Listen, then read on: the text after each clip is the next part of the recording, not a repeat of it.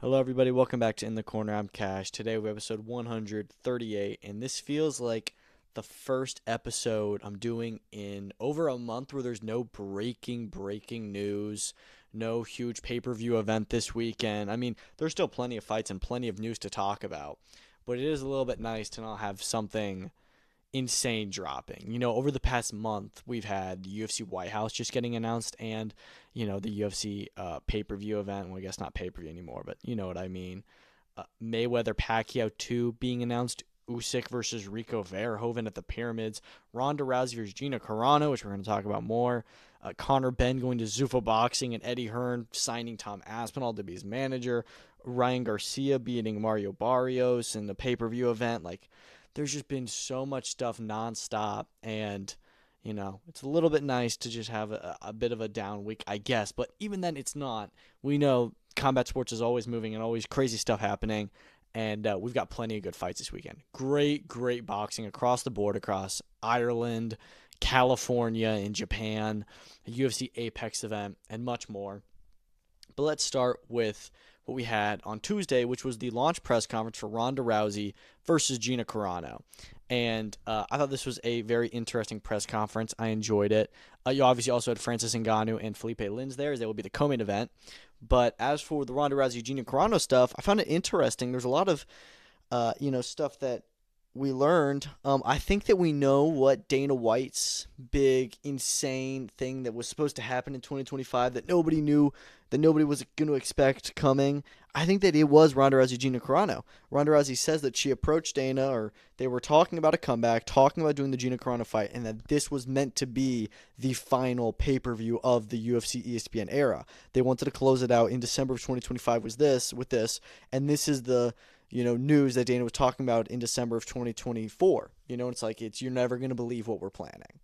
And of course, that was another thing that they weren't able to sign the deal on. Ronda had lots of words against the UFC, not necessarily Dana, but just talking about the UFC and how they're no longer trying to make the biggest and best fights, but the most cost-effective fights, and how he isn't in control anymore. It's now about shareholders and this and that, and the fighter pay, whatever. But what I really noticed is that not only is Ronda Rousey, has she not been as retired as Gina Carano has, but she just seems much more like she's, has that fire and is ready to fight and still feels like she has that edge to her. Gina Carano, I'm not saying that she was ever as, you know, uh, fiery as Ronda Rousey, I guess, but it's something about her. I felt like she's really mainly there to do a big event, get her name out there, make some money. Doesn't as much seem like she's is dying to fight. Like Ronda Rousey, she feels like she really wants to go back in and have another fight. And she's a little bit younger and she's less removed from her career. So I mean, it's early, and I think that most people are making this prediction, but I am definitely siding with Ronda Rousey in this fight. I think you'd be pretty silly not to. But I thought maybe the other half of newsworthy stuff, and maybe even more newsworthy, was Francis Ngannou with everything that he said. He said that the initial plan, mentioned it multiple times, was for him to fight Rico Verhoeven, and this makes a lot of sense because we know that MVP was definitely not wanting to do Francis Ngannou versus Felipe Lins. We know they wanted to have him in a big fight, and Rico Verhoeven was a free agent, probably the biggest free agent in the sport, in any combat sport really, after leaving Glory. We know the UFC tried to get him. We know that he ended up going towards boxing, that he was going to go fight Anthony Joshua, and now he's fighting Usyk. And we also know that MVP was at least planning to get him on there. I'm sure conversations took place. I don't know how close they were at all to getting him down, but it seems like Francis really wanted to fight him. That's a fight between those two, and boxing or kickboxing or MMA that's been talked about, and they've said they wanted to do it for a while. So it's obviously disappointing to hear now that this was planned and that it didn't come to fruition for whatever reason. But I mean, we still get to see Ngannou fight, and most notably, he says he wants to fight Jake Paul, and this is something that we kind of saw coming. Ngannou was close to being the opponent in December of last year. Instead, it was AJ. But, he was close to fighting Jake Paul, didn't want it then. Jake, of course, calls him a duck now for not wanting it. I doubt that Francis Ngannou is ducking Jake Paul. And sure, now he's working for him.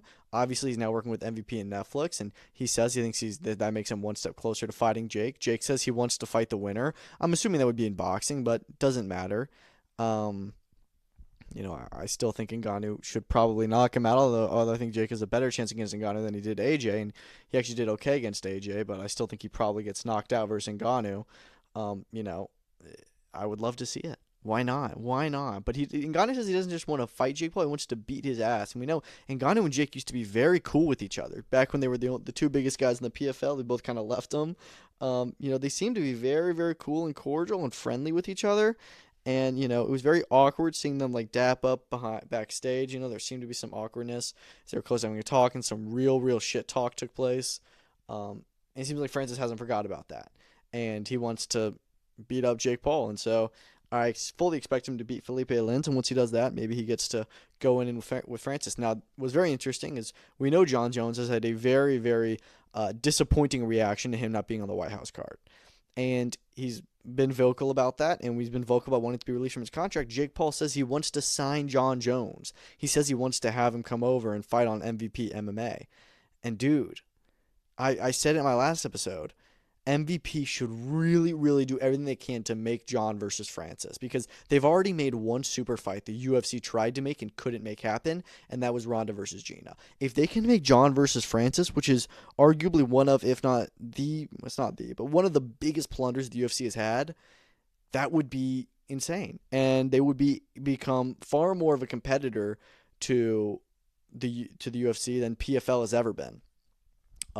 So I think that's what they should focus on. If Jake wants to fight Ngannou too, sure, but I think that, promoter first and then fighter, he should really try and get Jon Jones, and it very much seems like he's interested in doing that, and it'd be a no-brainer. It would be a no-brainer to make Jon versus Francis if you can have it happen.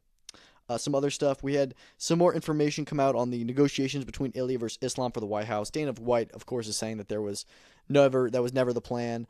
We know that is likely untrue. Apparently, what happened was, because Ilia called Islam a duck, it then comes out that they were offered the Islam fight, both the Islam and the Justin Gaethje fights, for the White House, and Ilia turned them both down because the price wasn't right. He wanted more money. Then comes around, day or two before the White House card is to be announced, says, all right, I'm ready, give me Islam. He asked for Islam first. He wanted Islam. And they said, well, Islam has a hand injury now. We can give you Justin. He's like, all right, give me Justin. So, that's where Islam's whole duck, or Ilia's calling Islam a duck thing comes from, is because, he came and he was ready for the fight, and Islam wasn't. But, and that was never going to change, even if the fight had been agreed to. Islam got injured.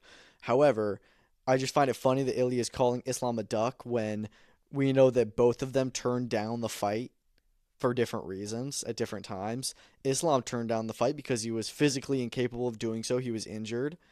Ilia turned down the fight because he wanted more money. I'm not calling either of them a duck, I think that you should fight for what you're worth, and Ilia's worth a lot, especially fighting Islam at the White House. However, if we're going to say either one of these guys is a duck, it's not Islam, okay? It's not Islam for those reasons. All right, let's get into this weekend's action. Got a lot of good stuff, and let's start with what I think is the biggest fight of the weekend, and that is, of course, Jazza Dickens defending his WBA super featherweight title for the first time against one Anthony Cacace. Now, Anthony Cacace has been one of the most fun fighters to watch in his weight range over the last few years. His stoppage win over Joe Cordina and Lee Wood, and the domination of Josh Warrington, all very exciting performances. Here he is, going back to a world title fight. He vacated the IBF to get that Lee Wood fight. Now he's challenging for the WBA. Jazza Dickens beat Albert Baturgaziev last July for this title in an upset. Before that, he upset Zuffa Barrett. Maybe he pulls off another upset here. I don't know. He's in hostile territory yet again. He was meant to fight Hayato Tsutsumi in December. Tsutsumi got injured. Now he has this fight. Look, I am really excited for this fight. I like it a lot. There's two Queensberry guys. It makes perfect sense. Anthony Cacace should be fighting for a world title because I think he's one of the 3 or 4 best super featherweights in the world. And I think that he does beat Jazza Dickens. Nothing to Jazza. And I think that, maybe he'll put in a good performance because, like I said, the guy's in a very much an Indian summer of his career. Like, he's all of a sudden, he's in these big fights and he's winning them. And maybe he, upsets the uppercut one more time. But it's just hard to see. Cacace is so big for the weight. He's so dangerous. I wouldn't be surprised if soon enough he moves up to 135. We know that's been on the cards for a while now. But, he has a chance to become a 2-time world champion here. And I think that he does it. We'll see if it's inside the distance. I don't know. But, yeah, the guy's just a killer. Co-main event, Pierce O'Leary versus Maxie Hughes. One of actually 3 IBO world title fights, as the IBO is also in the line for the Dickens versus Cacace main event, IBF and IBO. But anyways, Pierce O'Leary and Maxie Hughes here. It was meant to be Mark Chamberlain, which would have been a fantastic fight. Chamberlain gets injured. As far as replacements go, Maxie Hughes is no slouch. I mean, the guy is just always a challenge and often upsets people. I really, really like this fight. I definitely think it's Pierce O'Leary's toughest fight of his career. I'm going to pick him mainly because Maxie Hughes is taking this fight on, 2 weeks' notice. He is the smaller guy, and Pierce O'Leary has been on a really, really impressive run. He hasn't been as active as Maxie Hughes has been, but I've just been very impressed with Pierce O'Leary's run. I thought that he was going to be really competitive with Mark Chamberlain and maybe even the favorite in that fight. But here he is. This one I think is closer than the main event, if I'm being honest. Well, actually, I don't know. They're both really good competitive fights, but I do have Pierce O'Leary winning. Before that, you have John O'Carroll versus Cole Murphy. This is an IBO Super Featherweight Championship yet again, also vacant. To be honest, I'm not too familiar with either one of these guys, in terms of being able to make an accurate prediction. Looking at John O'Carroll, he's 25-3-1. Only losses come to very good opponents, being Tevin Farmer, Maxie Hughes, and the previously mentioned Albert Batargaziev. As for Cole Murphy, he is undefeated, although we haven't seen him fighting too many of note guys. He's been in a couple of 12-round fights, fought for EBU Silver Commonwealth Championship, but not as many, real big-name fighters. So I don't know who to pick there. We're just going to have to see, but I know that's one that's very hyped up among the Irish fan base, and it should be a fun fight. Stephen Cairns versus Arnie Dawson. The step up for Cairns. Dawson was in a good fight on the Parker Wardley undercard, I remember. I do think Stephen Cairns is a very solid prospect, and he should be able to get through that task, but, Dawson does have the one loss on his record. Iogan Lavin versus Liam Walsh. That's a undefeated versus undefeated fight. Ryan Garner's back on this card. His opponent's finally been confirmed. He's fighting Christian Belma, who is 19-12-2. All 6 of his previous fights have been losses, maybe even more than that. It's just what it's showing on BoxRec. But look, they've made it clear. If Ryan Garner wins on this main card in this, setup win, he's going to get the winner of Dickens versus Cacace. That is the plan that Queensberry's putting in place in a stadium fight in the summer. I don't really have any issues with that. Cacace versus Garner was actually booked in 2023. Didn't end up happening. I expect Cacace to beat Dickens here, and then you get a big, big fight between those two. Only one loss between them. Granted, Cacace gets through Dickens and Garner gets through Bielma. But yeah, so I'm really, really impressed with Ryan Garner. I think that he's maybe in the top 10 super featherweight division, if not right cracking into it. I think he could be really competitive with Jazza Dickens. In fact, I may even favor him. But it should be fun. You got a lot of other prospect, not even prospects, like contenders, like Gary Coley, who we haven't seen in a while. He's in this card on against a journeyman. So is Thomas Carty, back from his first loss. Adam Olanian makes his pro debut, very hyped up. It should be a really fun night in Dublin, so I'm excited for it. Over in California, you've got a battle of interesting. So it looks like this fight is at welterweight. It's saying on BoxRec. Arnold Barboza Jr. and Kenneth Sims Jr., both coming off losses, both Golden Boy fighters. Barboza challenged Teofimo Lopez at Times Square. Didn't look great in that fight. Got, I wouldn't say dominated, but largely outpointed. And then Kenneth Sims had a close fight with Oscar Duarte. Didn't go his way. I agreed with that decision, but it was close. And this is actually a very, very interesting fight. I'm surprised Golden Boy's making it, because these are two of their, pretty solid fighters, and they're putting them in the position to be, one of them is going to be on a 2-fight losing streak. Now, it does say the fight is at welterweight. I've heard Barboza really only talk about guys at welterweight, so it doesn't surprise me he's moving up. I don't know if this is at a catch weight or something. We'll know tomorrow when they weigh in, but I think it's a really, really interesting fight. I don't know how exciting it'll be. Both these guys are kind of like counter punchers. They're both don't have a ton of power in them. But you know what? Sometimes those fights end up being really, really exciting to watch and really, really high-level boxing. I'm going to pick Barboza here. I'm actually seeing a fair amount of people picking Sims, but Barboza was on such an impressive run before the Teofimo Lopez fight, when he beat Jose Ramirez and Jack Catterall. Those were both really, really impressive wins, and I kind of thought he maybe was going to upset Teo heading into that fight, because Teo was not on an impressive run. In Kenneth Sims, I didn't pick him against Duarte, and I was right in that, and I think he has a really good shot here, but I am going to have to lean with Arnold Barboza to get the job done and then get back into another fight in either the 140 or 147 pound division. Now, this is a very, very stacked Golden Boy card. They still don't have an actual deal with the zone. It's all just one-offs. But this undercard, you got two other world title fights. Oscar Collazo is defending his unified WBA, WBO, and Ring Magazine minimum weight championships. He's fighting Jesus Haro, who's 13-3. I mean, we know that the plan was to do the unification rematch with Melvin Jerusalem on this card. Because of, not having the actual deal, this show does not have a bigger budget as they were expecting, and so we are seeing Collazo fight Haro instead of Jerusalem. I'm not too familiar with Haro. I expect Collazo to likely stop him and look good. His last performance wasn't his best, so definitely needs to win over the fan base once again. You also have Gabriela Fundora, who's one of the best women's fighters in the game right now. She defends her undisputed flyweight championships against Viviana Ruiz Corredor, who is 10-2. Again, no issues with Ruiz, but Fundora just beats everyone in this division. I'm waiting for her to move up to 115. I mean, look, Mizuki Haruta is the one.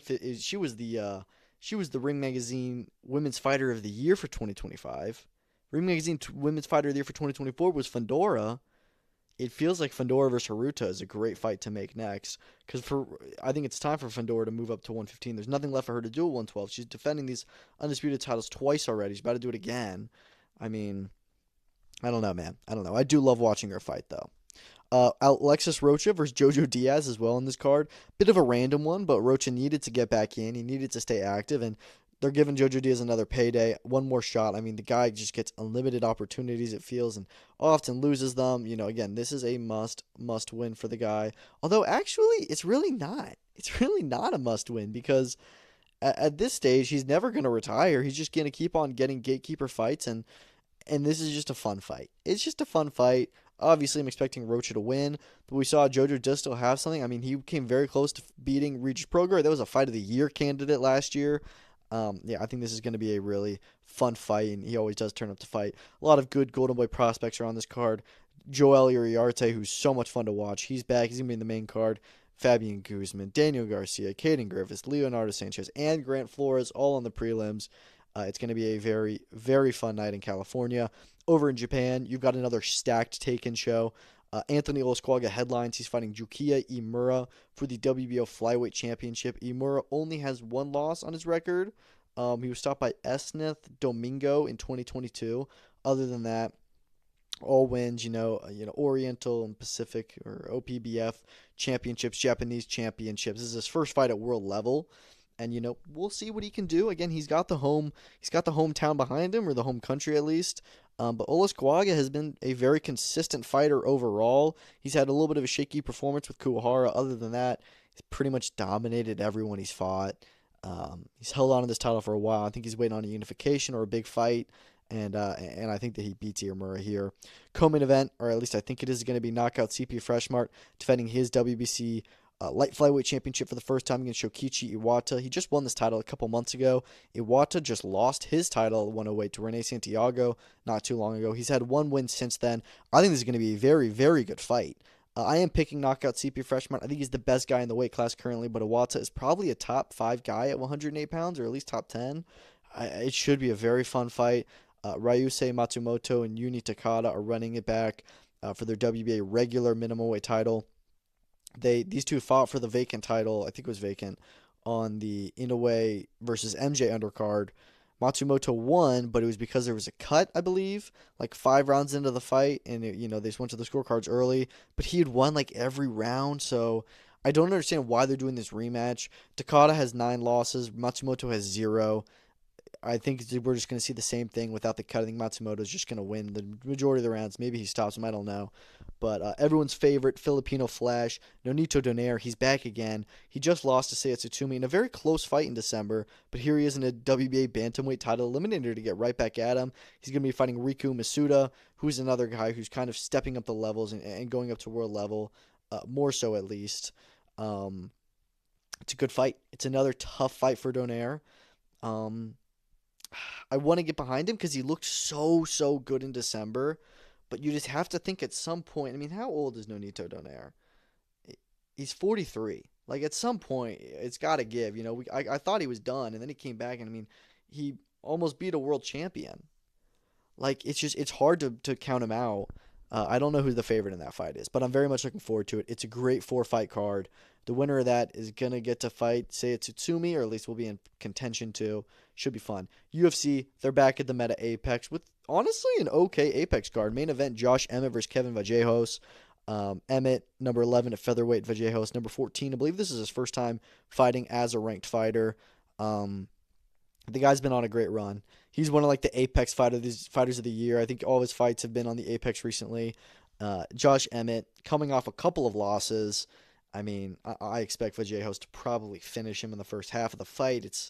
It's not looking good for Emmett. I think he's 41. Vallejos is 24. Apparently, that's like the largest age gap in UFC main event history. Yeah, I don't see this one going the way of Josh Emmett. Vallejos surges up the rankings once again.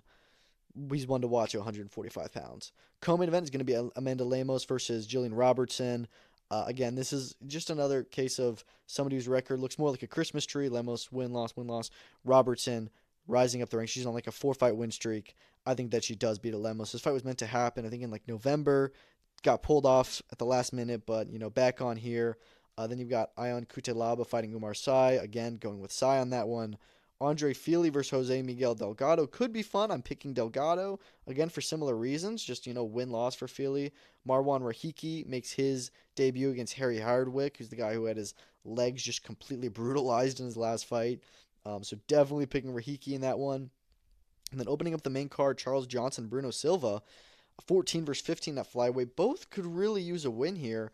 Charles Johnson, a very quick turnaround after being knocked out like a month and a half ago. I kind of want to pick him in this fight, but I really would not be surprised if Bruno Silva gets it done. It's a close one. That one's very close for me. Vitor Petrino, Steven Asplund. I really liked what I saw from Asplund last time out. This is a big step up going against a ranked opponent. I'm picking Petrino, but I wouldn't be surprised if Asplund pulls off the upset. It's just a tall order. It's a very tall order. And then weirdly on the prelims is Chris Curtis versus Miktabek Oralbai. Like, this is a fun fight. I don't know why this is on the prelims. It should be way higher up on the main card. Oralbai, I'm picking him to win that fight. But again, Chris Curtis guy, you can't really count out. But I think that Oralbai gets it done. A lot of other fun fights on the card. I'm excited to see Elijah Smith back. He's fighting Su Young Yu. Some other interesting fights on the prelims. I think it's going to be a really fun Apex card, if I'm being honest. Sometimes we get duds out of there, but this one looks like it should be fun. BKFC finally back. They've not had a lot of events this year, but they're about to go on a crazy run and have like an event every weekend, if not 2. So just strap in. But, we start off in the UK in Newcastle with Mick Terrell finally returning off his loss last year in Knucklemania. He's going to be fighting Ghost McFarlane. Ghost McFarlane's just 1-0 in BKFC, it says. You have to think Mick Terrell is a very heavy favorite going into this fight. And I expect him to win quite quickly. Co-main event is now Matty Hodgson, Sean Wire. That could be fun. I don't know. I know that it was meant to be, what's his name? Gary Fox was meant to fight James Lilly for, I think, like the European lightweight championship. Gary Fox is no longer on the card. Now James Lilly's going to be fighting Yannick Van Dinter, it says on the website. So we'll see how that goes. I don't know. Could be a fun fight. The BKFC UK cards can usually turn out to be pretty interesting, and I hope this one does too. ProBox TV finally on Friday night. A really fun show out of Florida. Najee Lopez steps up yet again. He's fighting Manuel Gallegos. Gallegos, of course, he had the win over Khalil Ko, and then they run it back, and we find out, maybe that was just kind of one-off bad performance from Khalil Ko, although Khalil Ko looked really bad against Jesse Hart. But he ends up getting stopped himself against Ko in the rematch. Comes back. He has one other win since then against a journeyman, and now he fights Najee Lopez. Najee Lopez, I think, is a very, very good light heavyweight. We know he almost got the Baturbia fight last year, which would have been too early for him for sure. But I'm really, really a big fan of Lopez. I think he gets this one done, although I think it is going to be a challenge. I don't know if he stops Gallegos. It could be a fun, competitive fight, but I do have Lopez winning. Similarly, Dominic Valle, he's stepping up and fighting Eduardo Ramirez. Ramirez has, lost 3 of his last 5. Step up for Valle, but it could be a tough fight. I don't know, but I definitely think Valle wins it. And then Dante Benjamin and Angel Lozano, both these guys are undefeated. Undefeated like heavyweight prospects. That's got fun written all over it. 8 rounds. Excited for that one. Christian Chessa, he's fighting here. He has a 100% knockout streak. Kenyan Vaya, the brother of Dominic Vaya, is on this card. It should be fun. I love pro boxing. This looks like a solid card yet again. Good weekend of fights. Excited for really every card we have coming up. The weekend started already. This morning we had IBA Pro 15, which was in St. Petersburg, Russia. Usually these IBA Pro cards, no stoppages at all. That was not the case today. Only 3 of the 9 fights went the distance. The first 5 fights, all of them had early finishes. In fact, most of them were quite early, like first 2 or 3 rounds.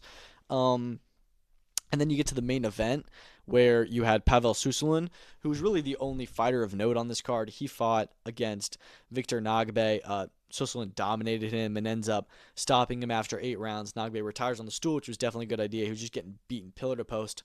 Suslin is ranked number 1 by the WBA at 154 pounds. Obviously, Xander Zayas is the champion in that division.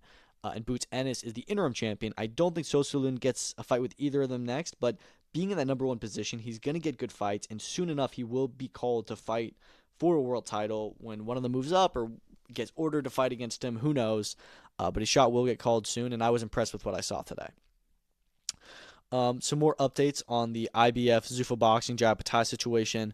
An attorney representing Jai Opetaia has said that IBF was punishing him for working with Zuffa and that there is industry collusion and they are deterring other athletes from doing the same, that being working with Zuffa Boxing. All 4 sanctioning bodies and Matchroom Boxing were named in the case, saying that there's this whole industry-wide thing to try and push out Zuffa Boxing and anybody who works with them. And I'm like, yes, that is completely true. And you can't really be surprised at it. I mean, they made it very clear. Zuffa Boxing came in and said, we're not working with anyone else. All the other things are dumb. We're not working with the sanctioning body. So the sanctioning body's like, okay, we're not working with you. So when one of their champions goes and tries to fight with the sanctioning with Zuffa Boxing, they tell him, look, you either work with them or work with us, because they said they don't want to work with us. And then they try and change it. Oh, no, we'll work with the sanctioning bodies a little bit.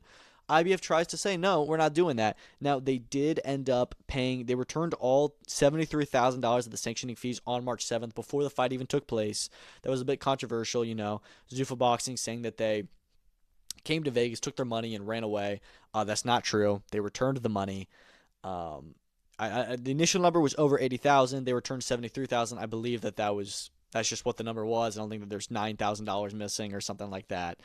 This whole situation is just getting crazy. It's getting legal. We know Eddie Hearn is considering legal action against Zuffa for the Conor Benn signing. Apparently there was something with the matching rights where they were a little bit shady in how they were dealing with it when Matchroom was allowed to have an option to match the rights, but they didn't know the actual number.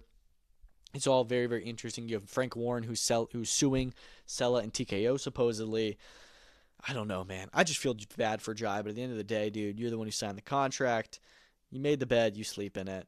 I don't know if he gets stripped. He says he's not yet been stripped. We should know quite soon if he is being stripped. But I don't know. Dimitri Bivol has outlined, or his manager has outlined his plan for the next 3 fights. So it's going to be Michael Eifert. We're hearing that one's May 23rd on the Usyk card. Makes perfect sense.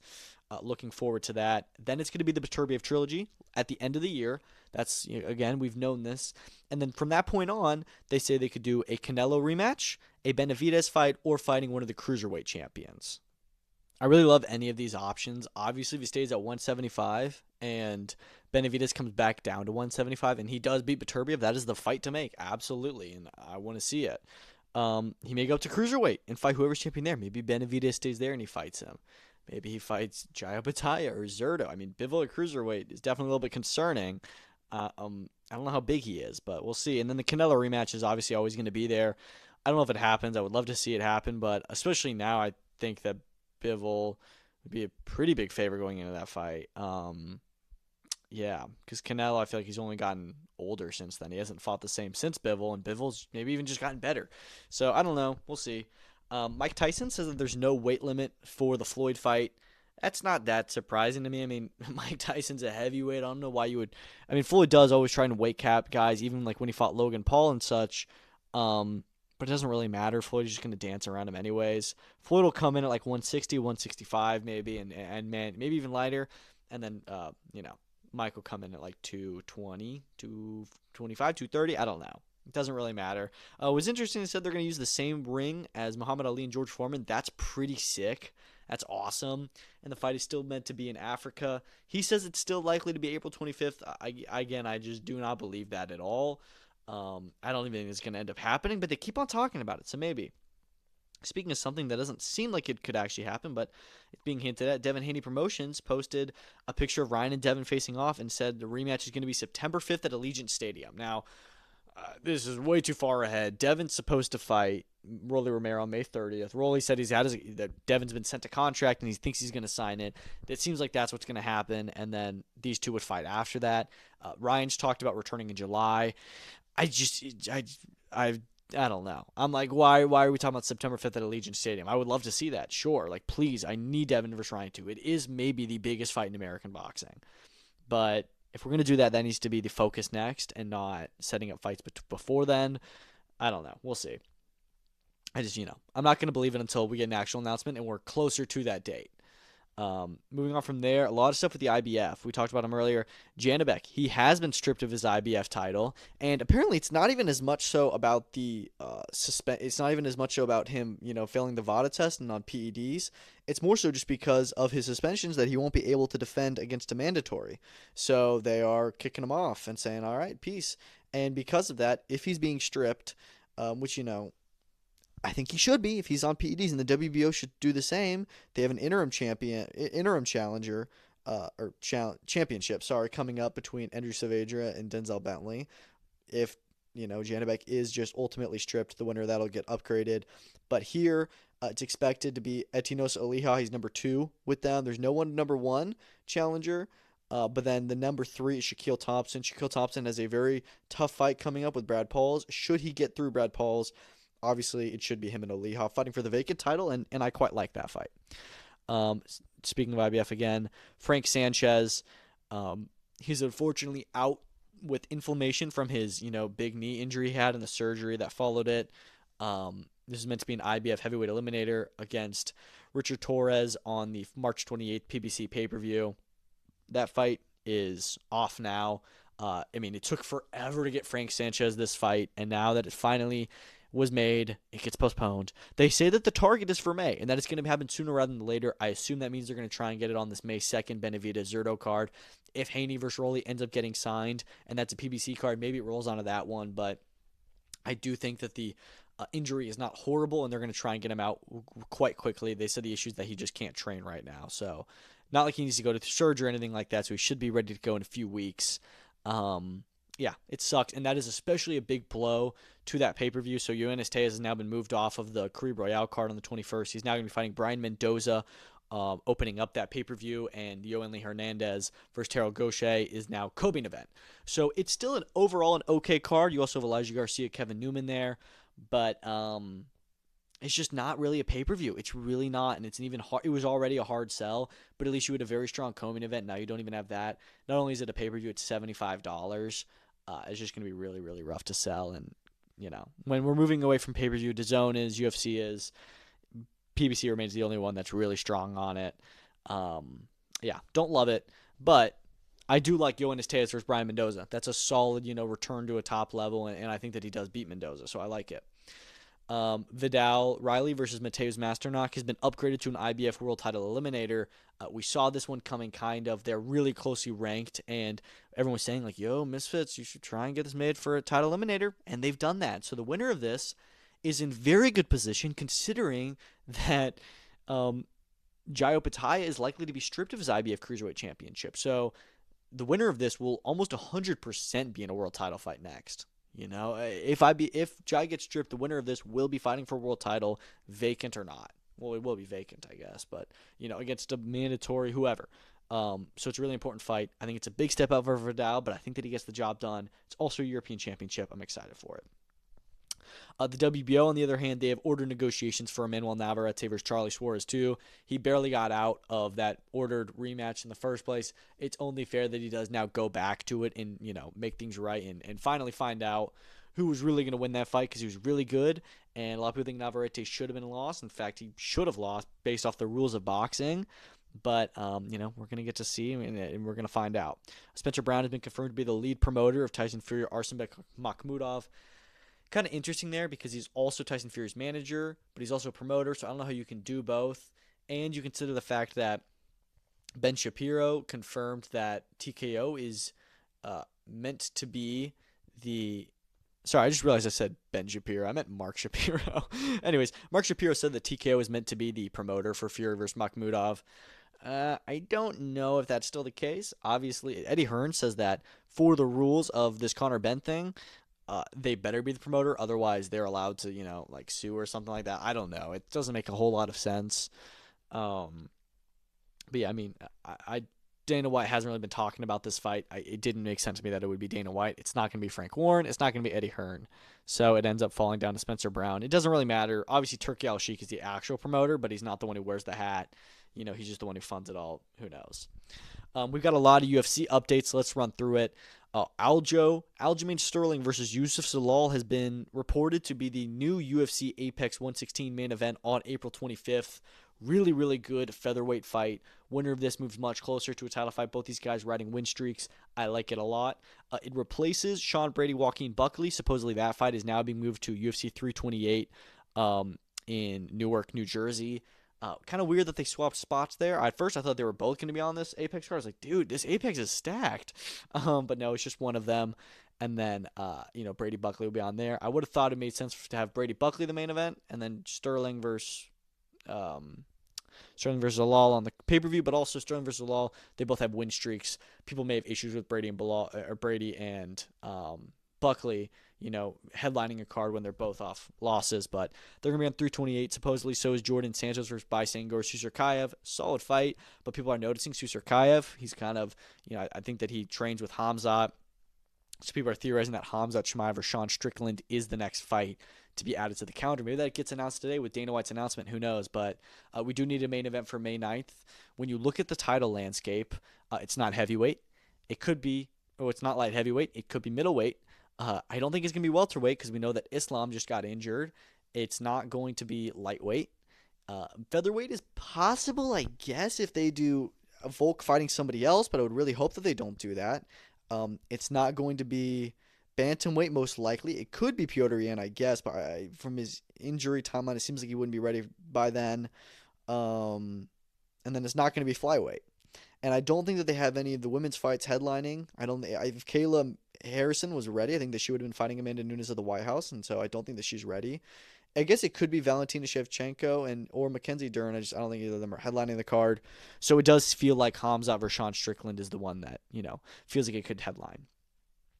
Another Apex main event, the 117th one on May 16th, is reportedly going to be Arnold Allen versus Melquizael Acosta. Really, really fun fight. And, again, another guaranteed war. Both these guys staying active. They both already fought this year and in for a second fight. Melky Acosta gets another big opportunity up the rankings, and Arnold Allen has to look to get back in the win column off of the John Silva fight. I love that. I mean, while Renair de Ritter is confirmed he's going to be moving to light heavyweight, that makes sense. He's a really, really big 185er.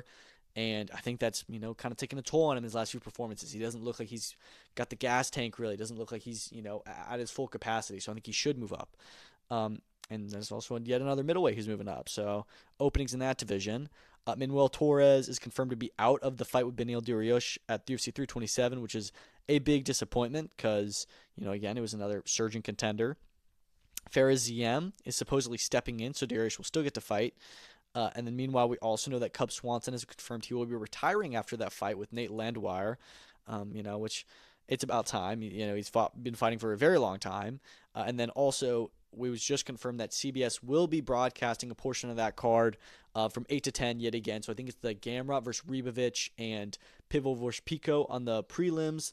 And then Mirzakhanov versus Costa and Walker versus Reyes on the main card. Those 4 fights will get to be on CBS. Similar, the exact same setup to 326. I like this. If going forward we do the 8 to 10 slot, we've got really good numbers, like 2 to 3 million people watch that. So why not? There's rumors of Richardson Hitchens potentially going to Zuffa Boxing. He's a free agent. Obviously, he's with Keith Connolly, who just did the deal with Conor Benn. Meanwhile, Edgar Belonga, who's also with Connolly, is calling out Chris Eubank Jr. a lot. It wouldn't surprise me if Hitchens ended up going to Zuffa Boxing. I hope he doesn't because he's currently a world champion. I hope he still wants to defend that title and go up to 147 because I think he's one of the best fighters in America right now, and I really hope he doesn't go to Zuffa, but we'll see. We also know Shakur supposedly got a $60 million offer, and he said that was true, I think. It's just crazy the amount of money that they're throwing at these boxers when they don't throw anywhere near as much as at the UFC fighters. And Eddie Hearn has said I've looked at Tom Aspinall's I've looked at Tom Aspinall's contract, and he's making half of what I would pay a guy to headline at York Hall. Like, that is insane. Tom Aspinall is the UFC heavyweight champion, like headlining sold out arenas in the UK, fighting on pay-per-view, and he's making what, probably like $1 million a fight. It's ridiculous. It's ridiculous. And it's one thing when boxing pays these guys one thing and UFC pays them another, but when it's the same entity paying them different amounts, it's crazy. Speaking of Zuffa boxing, the fifth card has been officially confirmed. We know it's going to be headlined by Andres Cortez, Erison Garcia. The other main cards are going to be Mark Magsayo versus Firgo McCrory. So that's a kind of a fun lightweight fight. Obviously, you're picking Magsayo to win that one. And then Azat Hovhannissian, who is a crazy man. Always, always very fun to watch. Love Crazy A. He's going to be fighting Eduardo Baez. So a solid 3-fight card. No big names on this one. No really exciting wow stuff. It's very much an Apex card, but all three of those fights, I think, should deliver to be pretty exciting. Easter Sunday card, why not? Matchroom have finally announced their first show on Australia in quite a while. It's going to be headlined by Sky Nicholson versus Mariah Turner for the WBC Interim Super Bantamweight Championship. So, winner of this is going to be in contention to fight the winner of Ellie Scottney and Mayor Flores for the undisputed title. That's the goal, is to do Sky Nicholson, Ellie Scottney. I hope it happens. It's going to be April 29th in Australia. So it's also the first one of their new deal with Kayo Sports and Fox Sports. It'll be on there, and it will also be on DAZN. I don't know if it's on DAZN in Australia, but definitely elsewhere it's going to be on DAZN. This is great news. I was worried that with this new deal that it, for some reason, wouldn't be on DAZN. Kind of how no limit cards are on there, but they're not on DAZN. But we're going to get it. And then Tara Moana and Jake Wiley have both been confirmed to be on the undercard. So this looks like a very solid night in Australia boxing. Got another solid fight on there, it looks like. I'm looking forward to it. Top Rank have announced they have signed Sammy Contreras, so they're still keeping their stable strong. I mean, without having a TV deal, they've doing great stuff for a lot of their fighters. Like, all their guys are winning world title fights. I love it. Meanwhile, Kameda Promotions, they're gearing up for the next Kyrgyzstan card. It's 3 fight nights back to back, and the fights that they have in the lower weight classes are really good. Mirko Cuellar versus Tomoki Kameda for the WBA Interim Featherweight Championship is going to be on one of those dates. Bamba Gonzalez versus Hassanboy Dusmatov for the WBA Interim Flyweight Championship will be on there.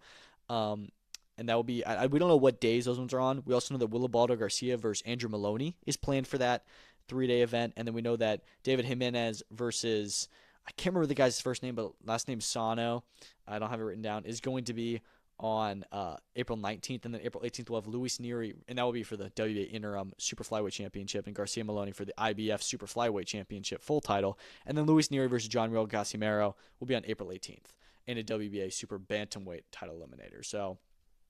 So many good lower weight class fights, all of which have title implications. I think they're all going to be live and free on YouTube.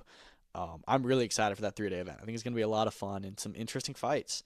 Meanwhile, ProBox TV and Taken Promotions have announced the co-promotional signing of Katsuma Akatsugi.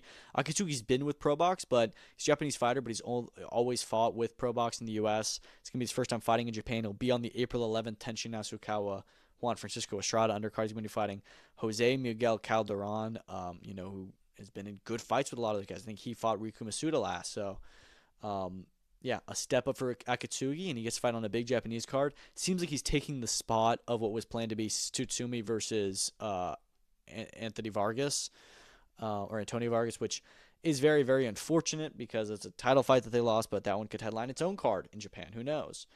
And meanwhile, Sam Noakes has been confirmed to return on the Top Tier show on May 3rd, so kind of weird. Henry Turner's also on that, so some Queensberry guys. And Henry Turner's one thing, but Sam Noakes is coming off a world title fight, and he's going to be fighting probably a journeyman on another promotions event. It's just kind of weird to me. But anyways, that's all I've got for today. Thank you all so much for listening. I hope everybody enjoys the fights this weekend. So much good stuff coming up. And Dana White should be announcing the next 9 UFC events today, whatever that means. There's a chance he's just going up to UFC 328, as I believe that's 9 UFC events from now. So I don't know, but thank you all for listening, and peace out. Have a good weekend.